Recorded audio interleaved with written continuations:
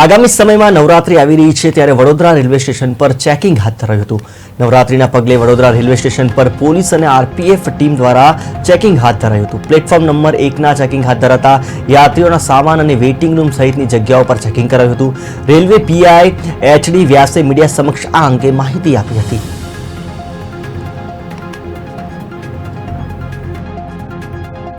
जय हिंद। સૌપ્રથમ તો વડોદરા પોલીસ અધિક્ષક પશ્ચિમ રેલવે સરોજ કુમારી સાહેબની સૂચના અને માર્ગદર્શન હેઠળ તથા નાયબ પોલીસ અધિક્ષક વડોદરા વિભાગ વડોદરા GS બારિયા સાહેબની સૂચના અને માર્ગદર્શન હેઠળ વડોદરા રેલવે પોલીસ સ્ટેશન ખાતે ની ટીમને સાથે લઈ અને વડોદરાના રેલવે સ્ટેશન ખાતે તમામ પ્લેટફોર્મ પર સઘન પેટ્રોલિંગ યોજવામાં આવી રહ્યું છે। આ પેટ્રોલિંગ એ આજની કોઈ નવી ઘટના નથી, એ ડેઇલી રૂટીન કામગીરીનો એક ભાગ છે। પરંતુ આવનારા દિવસોમાં નવરાત્રી, દિવાળી, આ બધા ફેસ્ટિવલ સિઝન આવી રહી છે, તો આ ફેસ્ટિવલ સિઝન લોકો સારી રીતે એન્જોય કરી શકે, સારી રીતે પોતાનું પરિવહન કરી શકે અને તેઓને કોઈ મુશ્કેલી ના સર્જાય તે હેતુથી પોલીસ સ્ટાફ અને આરપીએફના સંયુક્ત સંકલન સાધીને પેટ્રોલિંગ યોજવામાં આવેલ છે।